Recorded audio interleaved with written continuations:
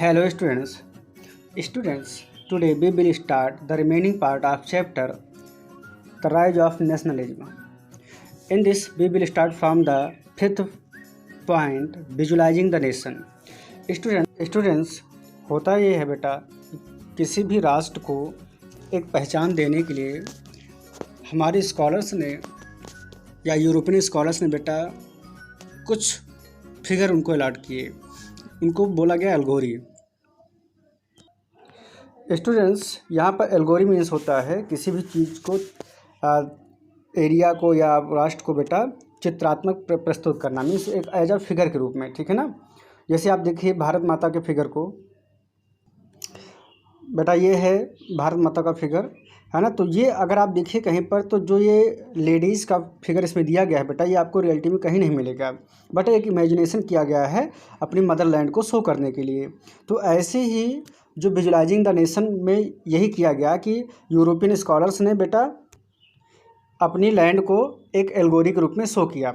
इससे होता क्या है कि लोगों को एक पहचान मिल जाती है, वो एक उसी एल्गोरी के प्रति अगर कनेक्ट होते हैं तो कहीं ना कहीं अपने देश से जुड़ते हैं। तो आइए हम लोग देखते हैं इस चैप्टर के बारे में बेटा। While it is easy enough to represent a ruler through a portrait or a statue, how does one go about giving a face a nation. देखिए कह रहे हैं ये बहुत आसान होता है किसी भी रूलर को एक फ़ोटो में या इस पोर्ट्रेट में ढाल देना या उनका एक स्टेचू बना देना, लेकिन ये कहीं ना कहीं कठिन हो जाता है कि किसी एक राष्ट्र को एक स्टेचू में बनाना या एक फिगर देना। Artist in the 18th and 19th century found a way out by the personifying a nation।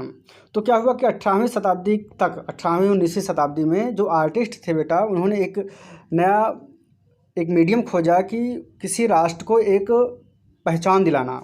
पहचान कैसे दिलाई जा सकती है? बाय द एल्गोरिक मीडियम से। In other words they represent a country as a if it were a person. अगर एक दूसरे शब्दों में देखा जाए तो जो आर्टिस्ट थे उन्होंने एक राष्ट्र को एक पर्सन के रूप में शो करना स्टार्ट कर दिया। Nations were then portrait as a female figure, और राष्ट्र को एक फीमेल फिगर के रूप में दिखाया जाने लगा। अब बेटा जिस फीमेल फिगर को शो किया जाता था वुमेन रियल लाइफ में नहीं होती थी, मतलब did not stand for any particular women in a real life. जिस वुमेन को दिखाया जाता था पोर्ट्रेट फिगर में, वो आप रियल लाइफ में उस वुमेन को कहीं नहीं पाएंगे, ठीक है ना। Rather it's out to give a straight idea of the nation construct, that is the female figure became an allegory of the nation. और वही फीमेल फिगर बेटा क्या हो गई? राष्ट्र का पहचान बन गई। जैसा आपको याद होगा बेटा, जब फ्रेंच रिवॉल्यूशन स्टार्ट हुआ था तो वहाँ के आर्टिस्ट ने लिबर्टी, जस्टिस एंड रिपब्लिक को शो करने के लिए वहाँ पर उन्होंने एक एल्गोरी बनाई थी, ठीक है ना, जिसको क्या बोला गया था बेटा? जर्मेनिया, मारियाने। जैसा कि स्टूडेंट्स आपको याद होगा कि ड्यूरिंग द फ्रेंच रिवॉल्यूशन वहाँ के आर्टिस्ट ने फीमेल एल्गोरी का यूज किया था। स्टूडेंट्स, ये फ्रांस की एल्गोरी है, आप देख सकते हैं बेटा। अब इसमें देखिए जो लेडीज़ बनी हुई है बेटा, उस लेडीज़ को आप रियलिटी में कहीं नहीं पाओगे, ठीक है ना। उस लेडीज़ का फिगर आप बेटा रियलिटी में कहीं नहीं पाओगे। तब स्टूडेंट्स वहाँ के फ्रेंच के जो आर्टिस्ट थे उन्होंने इस एल्गोरी का यूज़ किया liberty, justice and the republic को शो करने के लिए। These ideals were the represented through the specific object और the symbols as you would remember the attribute of the liberty or the red cape or the broken chain, while justice is the generally blindfolded woman carrying a pair of the weighing scale। मतलब ये कहने का इनका है कि आपने देखा होगा कि और सारी चीज़ों को शो किया गया था। जैसे आपको दिखाया गया होगा ब्रोकन चैन, तो ब्रोकन चैन बेटा किसका शो कर रहा था? फ्रीडम को शो कर रहा था। रेड कैप दिखाया गया होगा बेटा, तो रेड कैप आपने देखा होगा कि those who were the slaves and now in present time they became a free. जो पहले बेटा स्लेव थे आज वो फ्री हो चुके हैं, तो वो लोग रेड कैप बेटा पहनते थे, ठीक है ना। तो similarly female allegories were invented by the artist in the 19th century to represent the nation. ठीक उसी तरीके से जैसे पहले किया गया था 19th सेंचुरी में जो एल्गोरी बनाई गई बेटा, वो शो करने के लिए, नेशन को शो करने के लिए बनाई गई। In France she was the Christian Marianne, और फ्रांस में बेटा कौन सी थी, वो क्रिश्चियन मारियाने। तो आपको याद रखना होगा the allegory of the France, the answer is a Christian Marianne, जो अभी हमने आपको फिगर में दिखाया।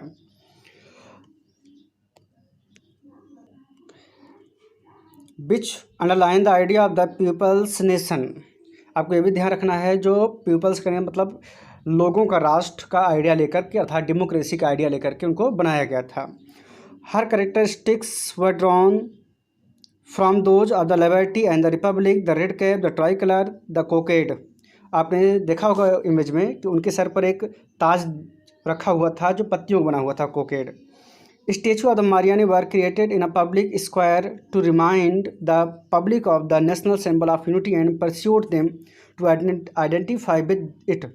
मारियाने image were mark on coins and stamps. देखिए, इनका कहने का मतलब यह है कि जो भी फिगर बनाया गया बेटा, उसको पब्लिक के बीच में लगाया गया जिससे लोग उससे जुड़ सकें। और यही नहीं बेटा, उस इमेज को कॉइन्स पर और स्टैम्प पर भी ढाला गया, कि मतलब हर जगह उसको एज अ नेशन के तौर पर परमिशन दे दी गई। तो देखिए, होता क्या है बेटा कि जब हम कोई भी इमेज देखते हैं, जैसे आप ये देख रहे हैं इस फिगर में बेटा, ये जर्मेनिया का है, ठीक है ना। तो ऐसे ही करके उन्होंने फ्रांस का बनाया था, अभी हमने आपको दिखाया था। तो इसका बनाने का मेन मतलब ये होता है कि जब हमारे सामने कोई फिगर होगा बेटा, तब हम उससे जुड़ जाएंगे, और जब उससे हम जुड़ेंगे तो कहीं ना कहीं अपने राष्ट्र से या जिसके लिए बनाया गया हम उससे जुड़ जाते हैं। आज भी स्टूडेंट्स आप देखते होंगे बेटा, रास्ते में कहीं पर कुछ ऐसे फिगर बने होते हैं जो आपको आगे शो करते हैं कि ये चीज़ होंगी। जैसे आप रास्ते में जा रहे हों और दिखाते हैं कि एक बोर्ड में दो बच्चे हैं, बैग टांगे हुए हैं, और फिर शो कर दिया जाता है कि स्पीड आप धीमी कर दीजिए, मतलब आगे स्कूल है।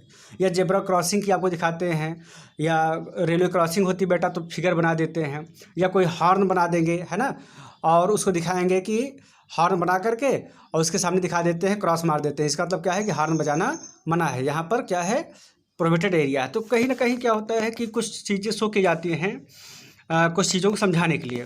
तो ठीक इसी तरीके से Germania became the allegory of the German nation. तो ये आपको याद रखना बेटा, जैसे फ्रांस की मारियाने, वैसे जर्मनी की जर्मेनिया एल्गोरी हुई, ठीक है ना।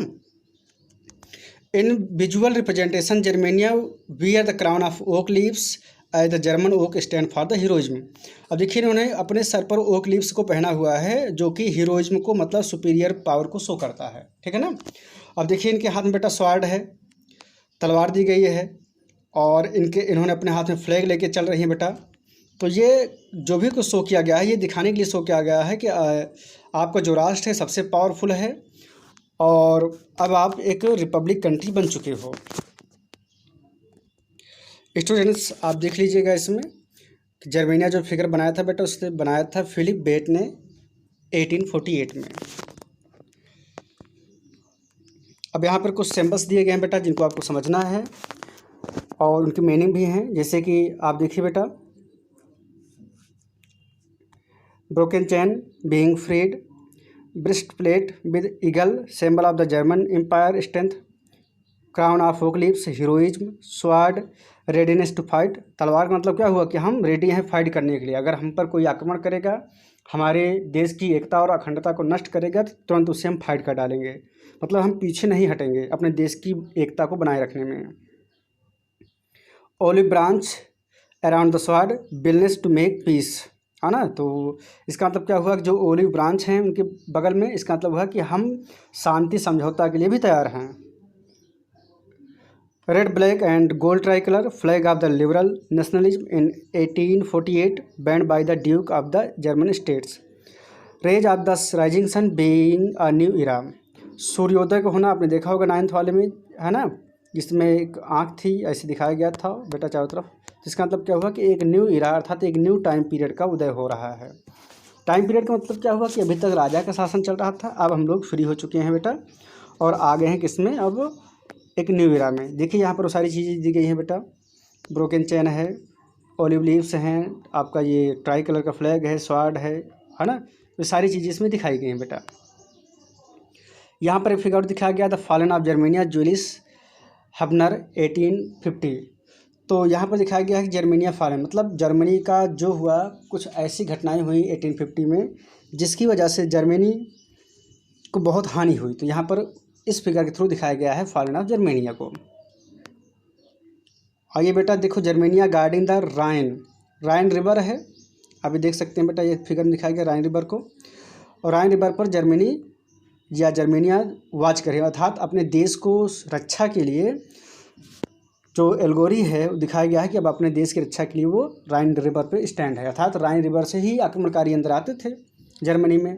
अब दिखा दिया गया कि नहीं, अब राष्ट्र एक सशक्त बन चुका है, जिसकी वजह से अब कोई यहाँ पर इंटर नहीं कर सकता है।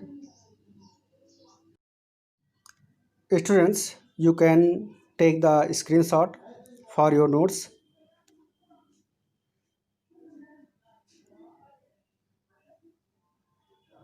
ओके स्टूडेंट्स, आई होप कि आपको आज का वीडियो बेटा बहुत ही पसंद आएगा। आज हम लोगों ने काफ़ी कुछ कवर किया बेटा।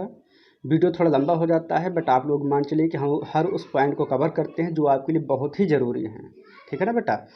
So please like my video and subscribe my channel. Thank you class, thank you students.